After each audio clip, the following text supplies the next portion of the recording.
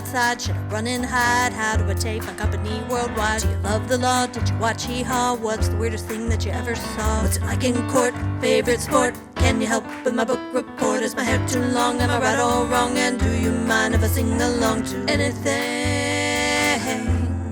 Ask Alan anything in the world. Hello, everybody, and welcome to this episode of Ask Alan, the podcast.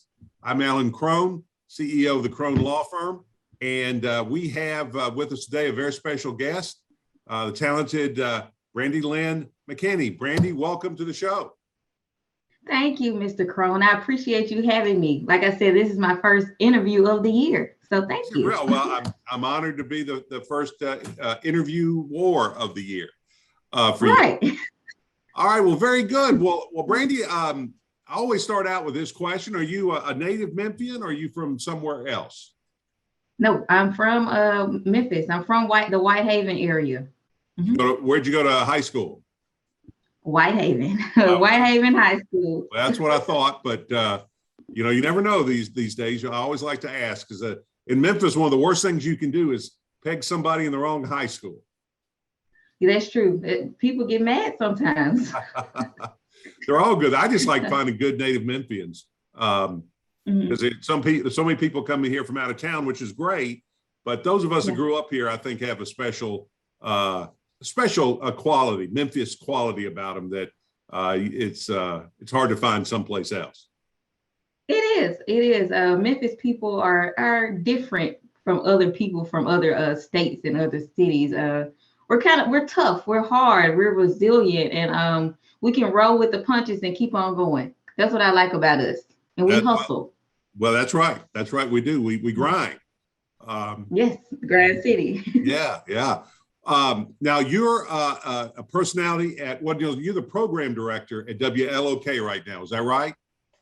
Yes, and I'm also a personality. I have my own talk show Monday through Fridays at 10 a.m. on WLOK radio station. Yeah, I'm also the program director. All right. Well, how long have you been in the radio business? It'll be 2 years this year. So December 2020, fully been in the radio business. Before I started the radio, I did intern at WLOK 9 years ago while I was still in college. Mm-hmm. So once I moved back from LA, they remembered me. They said, we're looking for a social media manager. I was like, yeah, I can do that. That's fine. That's easy. And I do that anyway. And they said, we're also looking for a radio host. I was nervous. I was like, I don't know. I'm scared. But I did it, and it's been great ever since. Well, very good. Well, generally from 10 a.m. to noon, I am working, so I don't get to listen to any radio during that time. But tell everybody what kind of show do you have and what topics do you cover? Gotcha. So yeah, let's talk about it. It's my radio show again from 10 to 11 Monday through Friday. I usually have a lot of politicians, commissioners, councilwomen, councilmen, preachers. It's a gospel station. Mm-hmm. A lot of nonprofits are on Tuesdays. We have Health Tuesdays, so it's usually a doctor, a nurse, someone from Methodist or Baptist, St. Jude, the Bonner, something like that. So yeah, that's really it. And Thursdays, I get to pick and choose the topic I want to talk about. Just local and national topics, stuff that's going on in the city, good stuff and bad stuff. Just something conversational everybody can chime in on. And then Fridays is Family Friday. So it's usually something about the family or men or women, just family related. Yeah. What was your show last Thursday about? Last Thursday, Mr. R. Gilliam, he's usually my guest on Thursdays. He's the president and CEO of WLOK Radio, but he wasn't there last Thursday. So I'm trying to see. I just had questions, and I said, the listeners, they're my guests today. So I had at least 10 callers. I believe I always bring up the conversation of COVID first, just to update everybody on the numbers and stuff like that. And I talked about different upcoming hiring events in Memphis. MPD, they're about to have a hiring event. USPS was about to have another hiring event, and the Army. The U.S. Army are trying to recruit people and give them a $50,000 bonus. So I said, well, would you guys go enlist yourself in the Army? Because that's the highest the Army ever recruited, $50,000. So I'm like, let me know. I want to hear from you all. So yeah, we talked about work and COVID and yeah, incentives. What wisdom did your listeners lay on you about the current state of the job market, and current state of the job market, and all that sort of thing? My listeners? Yeah. What did they, when they responded to you, what did they say? Oh, you're talking about last Thursday. They were like, some people could be in fear, going to work because of COVID. And some people said, yes, they would still go to work, even if they are maybe having symptoms, because they gotta work, they gotta get paid, they got a budget and everything. So, I mean, I like when my listeners are the guests, because I get to hear a lot of different opinions. Because me being a journalist, I can't really state my opinion too much, but I can just feed off what they're saying. Sure. Yeah, I mean, I hear that a lot. The debate between I gotta work, I gotta feed my family, but also I'm worried about getting sick. And right. That's a real life problem for a lot of people. Yes, it's very controversial right now. What's this, January 2022? Because these variants, they're so transmissible. You don't know if you got a cold, the flu, Rona, Omicron. You don't know anymore. It's crazy. You really don't. I like that one. You don't know the flu, Rona. Flu, Rona. Yes. Well, it must be it must be interesting to do a call-in show like that every day. Do you feel like you kind of get a sense of what's really going on out in Memphis by doing that? Yes, especially WLOK listeners. They're very in tune with what's going on, because WLOK was the first Black gospel radio station in Memphis. So we got listeners who are like 70, maybe even 80 years old, because they listen to the radio all day. That's all they know. So yeah, when they call in, they really put things into perspective, especially on Sundays. We have Rainbow Push Sundays at 6 p.m. every Sunday, and we usually have an activist on the show. Could be local or not local, but just some type of activist is on the show talking about whatever they're advocating for. So yeah, and then the callers, listeners, they'll call in and talk about what's going on in Memphis. So yeah, our callers are really they really have their ear to the Memphis streets, and they bring it to the radio station.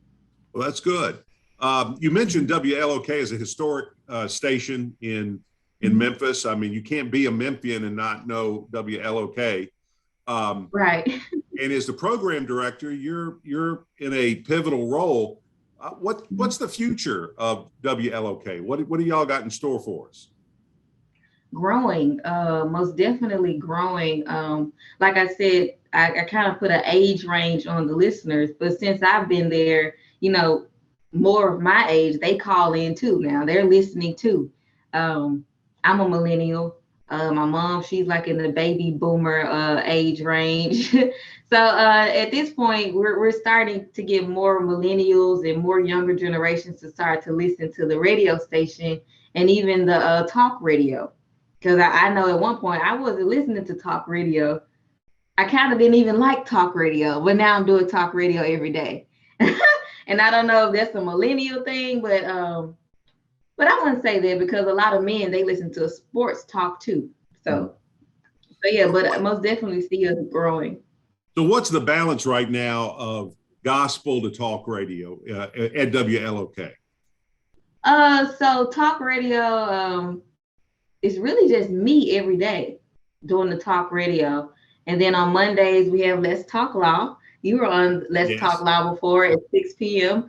So yeah, Mondays, Let's Talk Law. Monday through Fridays is me. Let's talk about it at 10 to 11. Sundays, we have three talk shows on Sundays.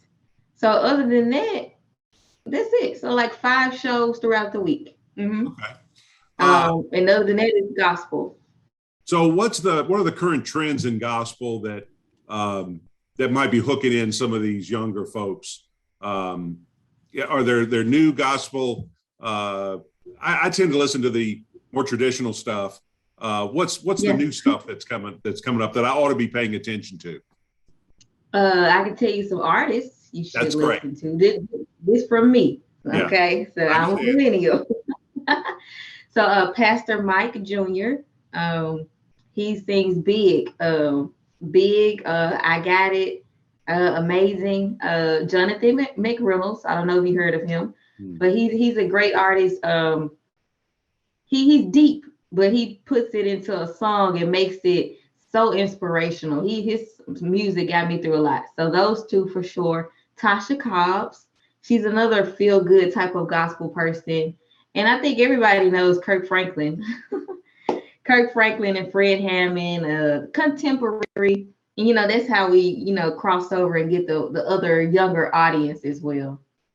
Well, since I've been on your station, I've started, I whatever you call it, I pegged it or flagged it on my radio dial, and I listened to it coming in the morning, and I'm not here to plug WLOK necessarily, but gospel music is a great way to get started in the morning.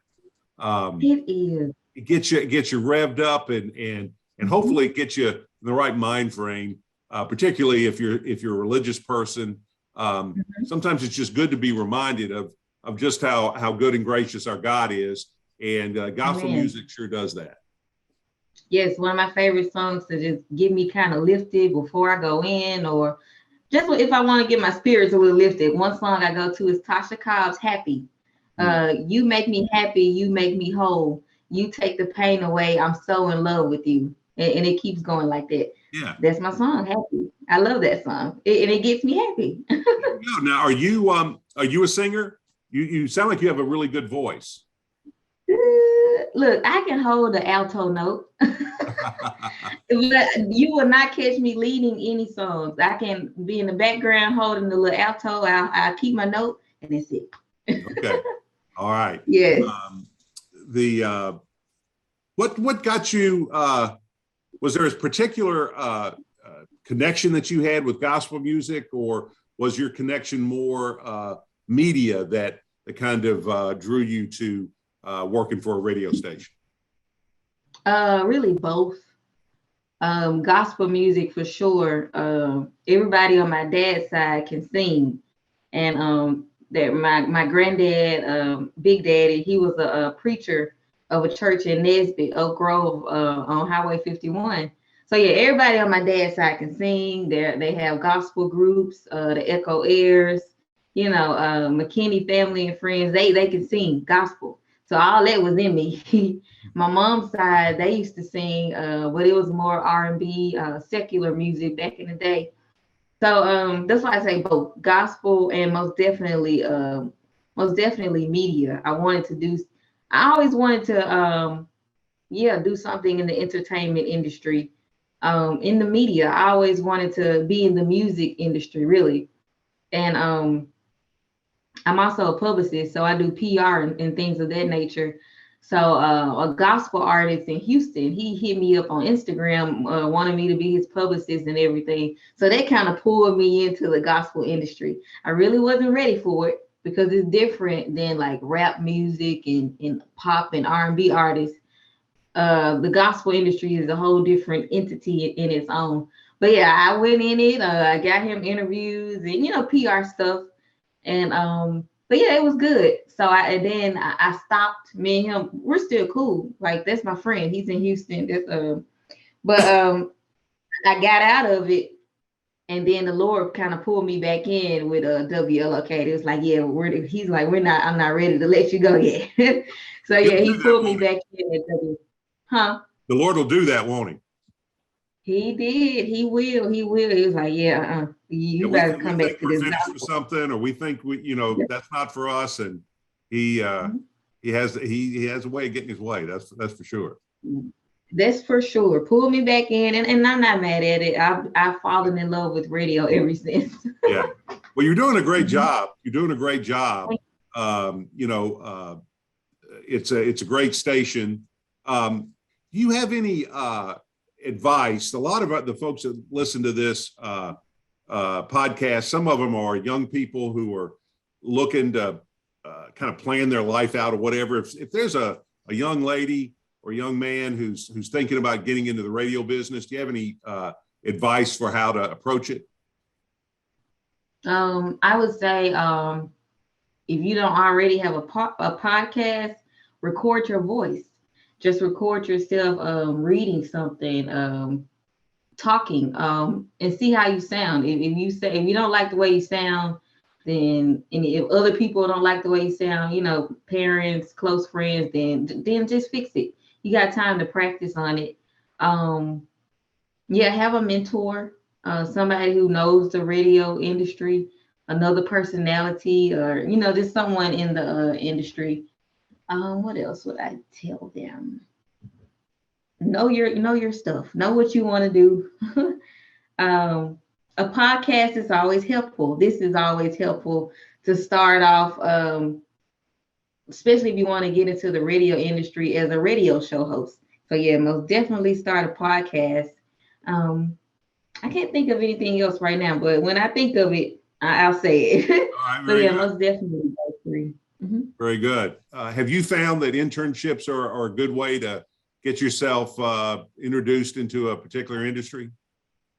Yes. So yeah, after I graduated from Jackson State University, before I graduated, like I said, I interned at WLOK, and I also interned at ABC 24, a local news station. So right after I graduated in 2015, I got hired at ABC news station.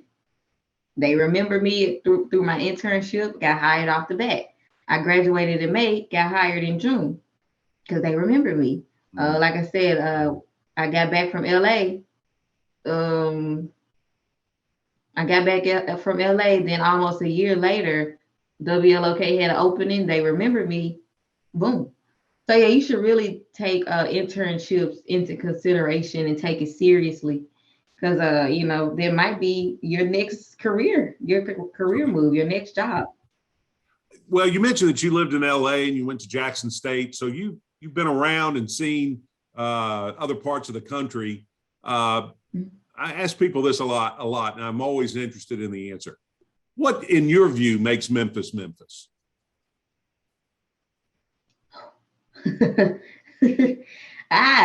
The city itself, how it looks.